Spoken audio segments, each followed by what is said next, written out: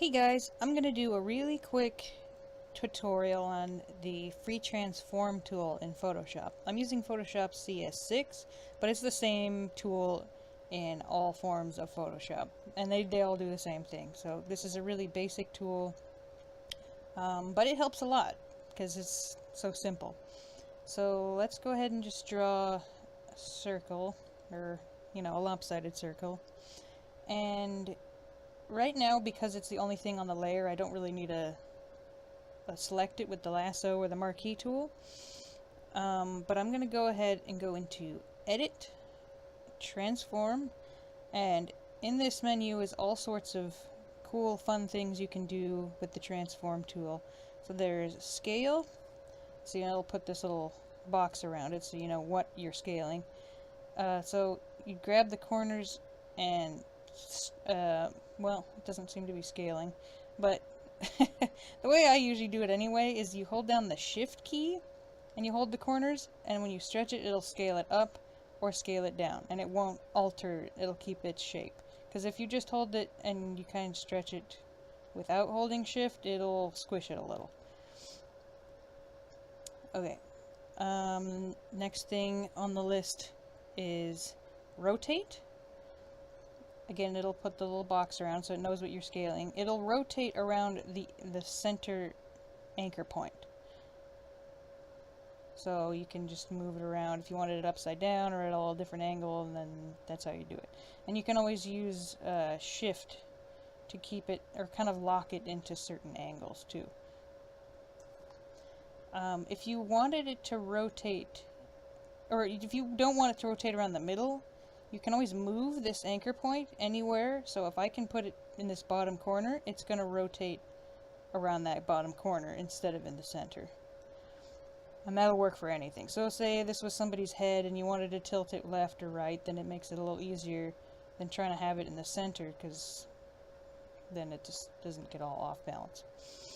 Alright, next on the list is Skew. This one I actually use a lot, but mostly just in my basic sketch, because with any of these free transform tools, it is going to kind of pixelate it from a little bit, or make it blurry from its original shape, because you are stretching the pixels. So Skew is good. If you grab the middle points, it'll kind of slant it, or you can even grab the ones on the side and slant it that way. If you grab the corners, it's the same thing as the distort tool, which is the next thing on the list. So edit, transform, distort. That one's more for grabbing the corners, and you can just kind of fuss with it in whatever way you want. If it wasn't quite the right shape, so I can make it look a little more circular, since my first circle was a little wobbly. There you go. And then there's next thing on the list is perspective. So this one, it's more for making things look like they're closer or farther away, or perspective. So grab the corners and push it inwards, and it'll make things look farther away. If you pull it outwards, it looks closer towards you.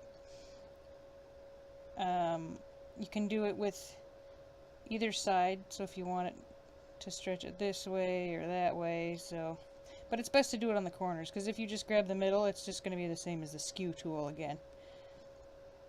And then the last thing on this little short list is the warp tool. This one, I had people say I use it a lot in my videos, because I do, in my sketches, because I don't always get it right the first time, but I don't want to redraw it, so I just use the warp tool. And this is kind of like the distort tool, but with more control. So you can grab it in the middle and alter it that way, and it'll kind of squish it in all sorts of different ways based on that grid. Or you can grab the anchor points in the corner,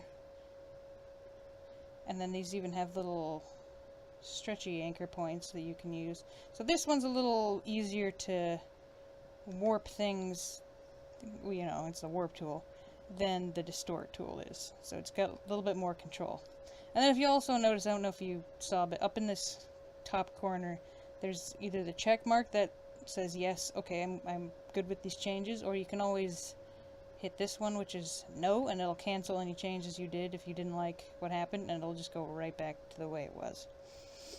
The other things on the list are because there was the rotate tool, that way you can kind of tweak it to be any angle. These ones are specific angles, so rotate 180 will flip it, pretty much. Flip it upside down. Rotate 90 degrees clockwise will rotate it to the right. This one will rotate it to the left. That's what CW means, clockwise, and CCW is counterclockwise. Flip horizontal will just flip it on its... Well, I'll show you, hang on. Flip horizontal, yeah, it just flips it the other way. Flip it vertical, or I don't know if that helps because it's a circle. Okay, let's try it this way. Triangle. Okay, so now that I have two items, I needed to select that I only want this one to flip.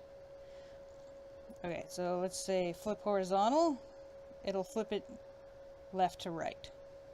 If I say transform flip vertical, it'll flip it up and down.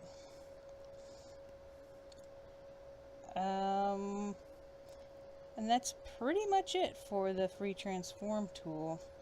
Like I said, it'll always kind of warp things to be pixelated, so it's best to use the free transform tool when you're just getting that basic undersketch, and then when you go back over it with your line art to get the clean, smooth lines, it's easier to kind of trace over your sketch that way.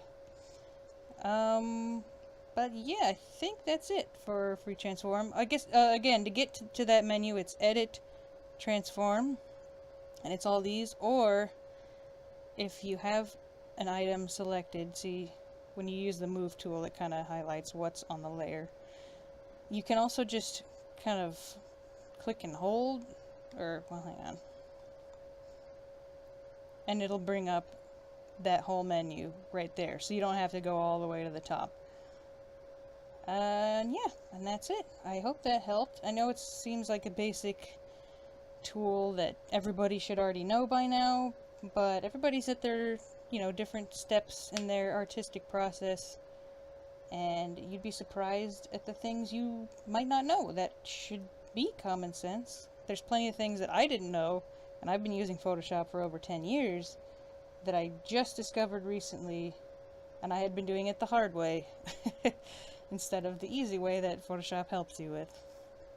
So yeah, I'll try to think of some more videos to do to help with some of the tools that I use in my videos that people might be confused by, or techniques that I use. So look forward to that. But thanks for watching. Until next time.